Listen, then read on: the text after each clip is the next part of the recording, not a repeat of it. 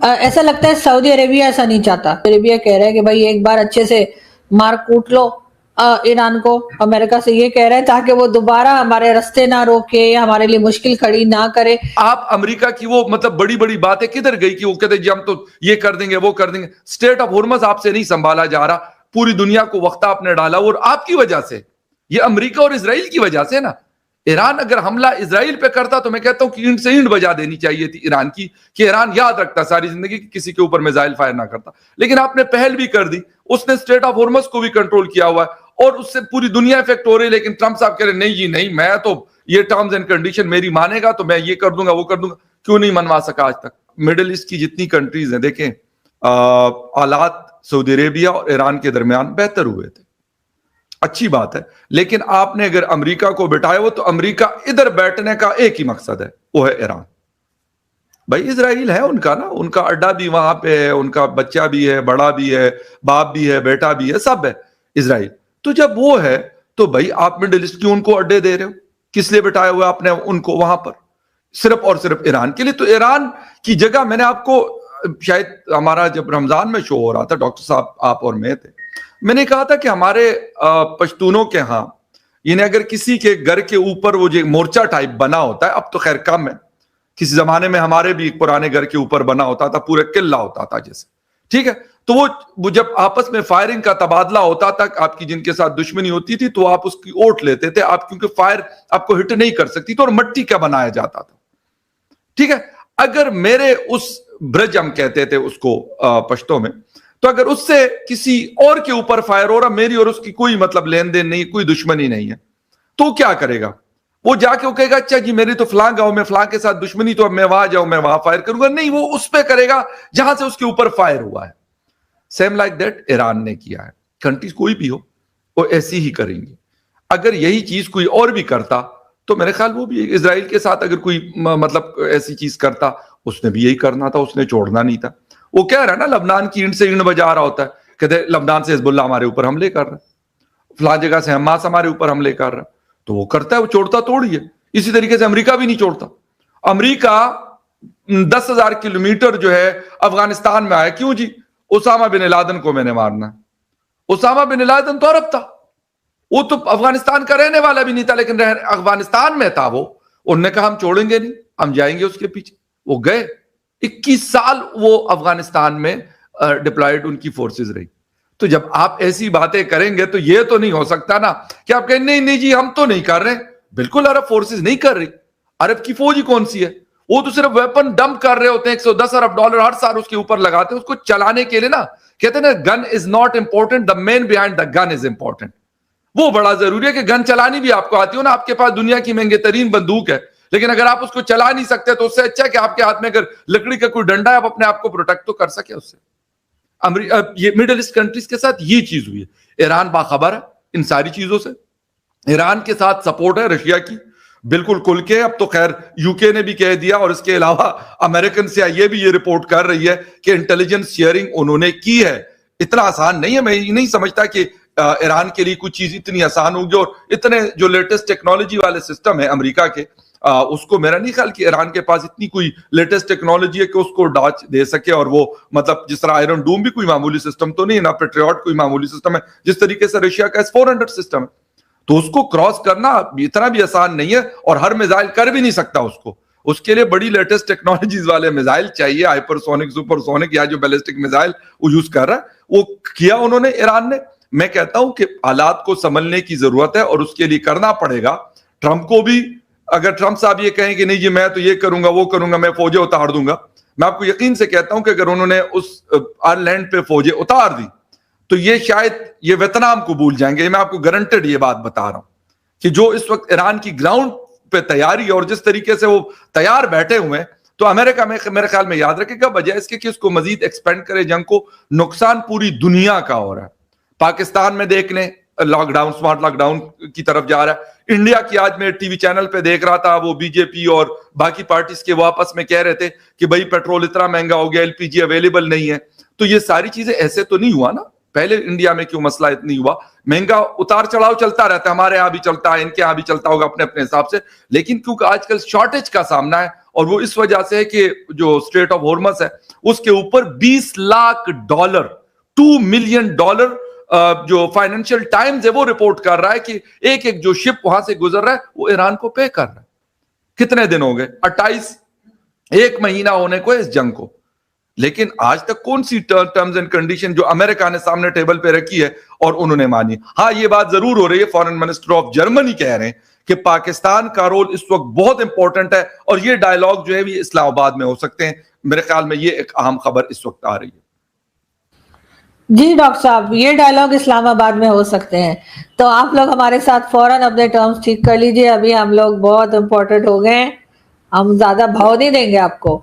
क्या ख्याल है आपका? मोदी जी कहाँ है, किधर है मोदी जी? नजर नहीं आ रहे जी।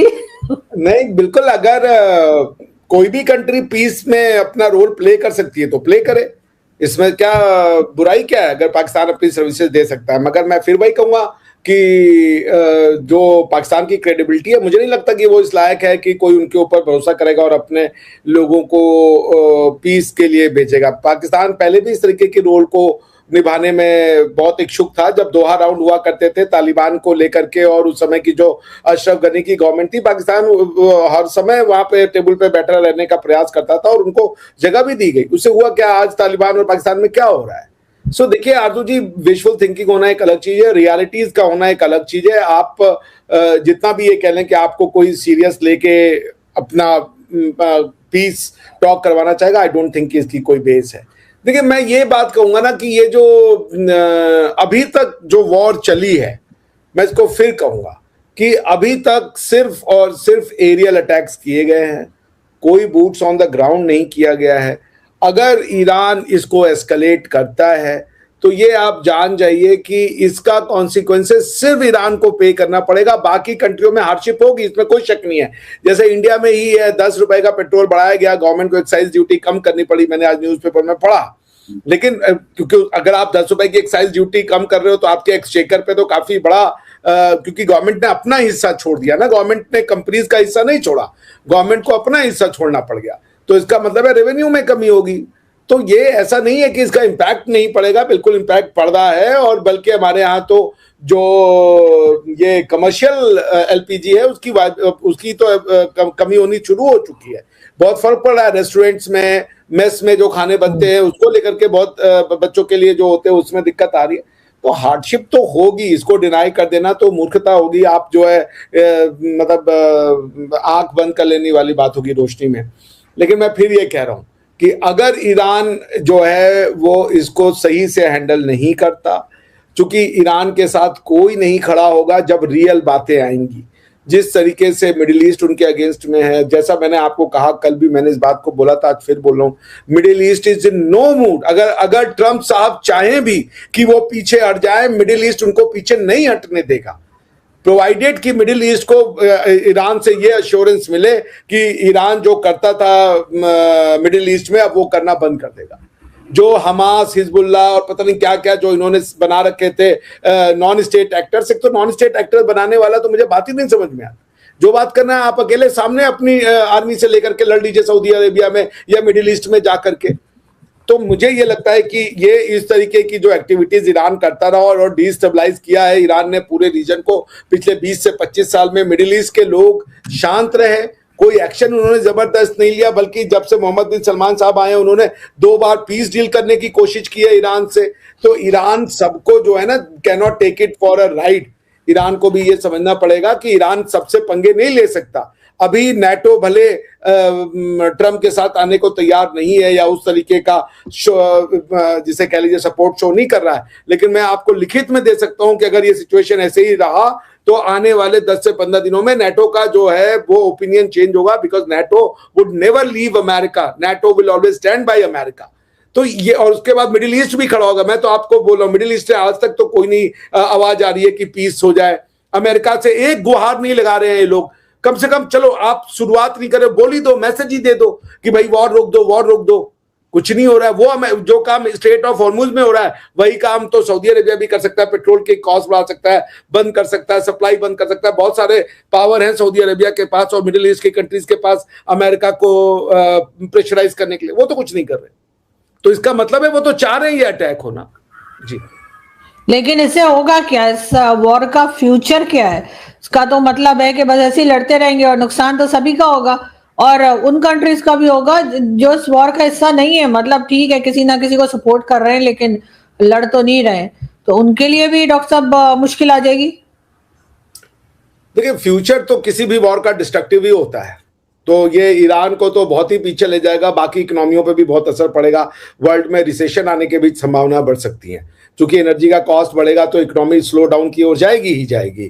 क्योंकि अगर आपकी एनर्जी अगर इकोनॉमी स्लो डाउन हो रही है तो फिर जॉब जाना, ये सब जाना, स्लो डाउन में वर्ल्ड के जाने के चांसेस बिल्कुल होंगे, इसमें कोई शक नहीं है। अपार्ट फ्रॉम दोज कंट्री जो कैपिटल एक्सपोर्टिंग कंट्री होंगी, शायद उनका फायदा हो जाए, क्योंकि सब कोई उन्हीं से चीजें मंगवा रहा होगा। किसी का फायदे में नहीं है, ये ईरान को डिसाइड करना है कि वो चाहते क्या हैं। अमेरिका जो है उसने 20 पॉइंट भेज दिए हैं, अब उन्होंने उसको नेगोशिएट पे क्या बोला है, वो अपनी क्या टर्म और कंडीशन डाल रहे हैं, ये मुझे नहीं पता। क्या कोई बैक टॉक हो रही है, बैक चैनल टॉक्स हो रहे हैं, इसका भी मुझे कुछ नहीं पता है, कोई मुझे आइडिया नहीं है। बट अगर आप ये पूछें कि इसका फ्यूचर क्या है, तो इसका फ्यूचर मुझे ईरान के लिए सबसे ज्यादा डिस्ट्रक्टिव दिखता है, बाकियों पे असर होगा, but Iran will go back to stone age. ये ईरान को ध्यान रखना होगा, जो उसको नहीं करना चाहिए, क्योंकि सबसे ज्यादा इकोनॉमी उनकी तबाह होगी, उनके इंफ्रास्ट्रक्चर को बर्बाद किया जाएगा, उसके बाद बनाने भी ये अमेरिकन आएंगे, वो याद रखिए। इस जितना इंफ्रास्ट्रक्चर उनका तबाह होगा, इसको बनाने कोई और नहीं आएगा, यही अमेरिकन आएंगे, अंत में वही आपसे पैसे कमाएंगे। इसलिए जितना जल्दी इस बात को समझ लिया जाए और एक ऐसी सोल्यूशन की ओर जाया जाए जहां पे कि ईरान भी डेमोक्रेटिक लोगों को स्पेस दे, डेमोक्रेसी को स्पेस दे, फ्रीडम को स्पेस दे, और उसके बाद एक वायबल और प्रॉस्परस कंट्री बने, जो कि ईरान है। ईरान के लोग बहुत प्यारे हैं, ईरान के लोग बहुत अच्छे हैं, and I want a prosperous democratic free Iran, यही उसका भविष्य होना चाहिए। जी फखर, आज ईरान के प्रेसिडेंट जो है वो वहां अपने तेहरान में सुपरमार्केट वगैरह में गए थे, उनकी वो वीडियो भी जो है वो टीवी चैनल्स पे भी दिखाई जा रही थी पाकिस्तान के, कि वहां पर जाकर वो लोगों से मिले, जो लोग भी थोड़े बहुत वहां पर थे मार्केट के अंदर, सुपरमार्केट के अंदर। उनमें कुछ एक दो लेडीज भी थी, ज्यादातर जेंट्स थे, और सब उनसे मिल रहे थे, उनके साथ फोटो बना रहे थे। इससे तो ये जाहिर हो रहा है कि जो पब्लिक है ईरान की, वो अमेरिका को सपोर्ट नहीं कर रही। जो अमेरिका का दावा था कि जी पब्लिक को हम सपोर्ट करने के लिए हमने अटैक किया है, और ये सब कुछ खुमनाई साहब को शहीद कर देने से या उनको मार देने से मामलात और खराब हो गए, ऐसा जो है वो मेरे ख्याल है कहीं ना कहीं अमेरिका में भी ये ख्याल रखा जा रहा है या सोचा जा रहा है, कहा जा रहा है। पाकिस्तान क्या क्या फेस कर सकता है अगर ये वॉर कुछ दिन और चल गई, जिसमें जाहिर है कि एनर्जी सेक्टर जो है वो खास तौर पे उस पर इफेक्ट पड़ेगा। देखिए, एक बात तो बिल्कुल क्लियर है कि जिनका ये ख्याल था इजराइल और अमेरिका का, मैं प्रेसिडेंट और प्राइम मिनिस्टर की बात कर रहा, अवाम की नहीं बात कर रहा। अवाम को तो, इजराइल के अवाम को तो इस पे लगाया गया था कि जी हम तो बस ईरान को ख़त्म कर देंगे 2-3 दिनों में, बस फिर हमारी मर्जी होगी, हम ग्रेटर इजराइल बनाएं, पूरा मिडिल ईस्ट हमारे कब्जे में होगा, सऊदीया, यूएई, ओमान। ये एक बड़ा मैटर ऑफ कंसर्न है। और ये सऊदी अरब के जो लोग हैं ना, जो शाही खानदान वहां पे रूल करें, उनको पता है ये कि भाई ये तो किसी को ये नहीं छोड़ेगा, ये सिर्फ उस बंदे को छोड़ेगा जो इसके जबड़े को तोड़ के ना इसके हाथ में दे देगा, सिर्फ उसको कुछ नहीं कहेगा ये। बाकी जो भी इसके सामने, डॉक्टर साहब कह रहे हैं कि जी ईरान को डिसाइड करना। सर, ईरान तो 28 फरवरी से पहले रात तक मुज़ाकिरात का हिस्सा था, मुज़ाकिरात कर रहा था, इसीलिए कर रहा था कि भाई ये जंग ना हो। आज पाकिस्तान के स्टूडियो में फिर वही पुराना तमाशा लगा था। आधी बात सच, आधी बात शक, और बाकी पूरी कहानी भारत को नीचा दिखाने की कोशिश कि मिडिल ईस्ट में जो कुछ हो रहा है उसमें पाकिस्तान बहुत बड़ा खिलाड़ी बन गया है। सऊदी अरब अमेरिका को ईरान के खिलाफ भड़का रहा है और भारत, खासकर मोदी जी, कहीं दिख ही नहीं रहे। लेकिन एक भारतीय की नज़र से अगर इस पूरी बहस को देखो ना, तो सबसे पहले एक बात साफ समझ में आती है, पाकिस्तान की सबसे बड़ी ताकत आज भी हकीकत नहीं, कहानी गढ़ना है। पहली बात, ये लोग कह रहे हैं कि सऊदी अरब चाहता है कि ईरान को और पीटा जाए। हो सकता है सऊदी ईरान से खुश ना हो सकता है गल्फ देशों को लगे कि ईरान की ताकत कम होनी चाहिए, लेकिन टीवी स्टूडियो में बैठकर ऐसे पेश करना जैसे सारी जंग की रिमोट कंट्रोल सऊदी के हाथ में है, ये सीधा सीधा ओवर ड्रामेटिक नैरेटिव है। दूसरी बात, ये बार बार बोल रहे थे कि पाकिस्तान बहुत इंपॉर्टेंट हो गया है। भाई जरा जमीन पर उतर जाओ। अगर कोई देश दो दुश्मन देशों के बीच संदेश पहुंचा दे तो वो मैसेंजर होता है, मास्टरमाइंड नहीं। पाकिस्तान मीडिएटर बनने का सपना बहुत सालों से देख रहा है, लेकिन दुनिया उसे उतना ही भरोसा देती है जितना एक फिसलन भरी सीढ़ी पर दिया जाता है। ऊपर चढ़ने से पहले आदमी 2 बार सोचता है। तीसरी बात, मोदी जी कहाँ हैं, भारत कहाँ है? ये सवाल वो लोग पूछ रहे हैं जिनका पूरा सिस्टम कैमरे पर चीखने को डिप्लोमेसी समझता है। भारत हर मुद्दे पर स्टूडियो में बैठकर डायलॉग नहीं मारता। भारत का तरीका अलग है। जहां बोलना हो वहां बोलता है, जहां चुप रहकर खेलना हो वहां चुप रहकर खेलता है। और सच कहूं, पाकिस्तान को सबसे ज्यादा जलन इसी बात से है। उन्हें लगता है कि अगर भारत हर रोज टीवी पर बयान नहीं दे रहा तो भारत कमजोर है। नहीं भाई, कई बार जो देश कम बोलता है वही सबसे ज्यादा समझदारी से खेलता है।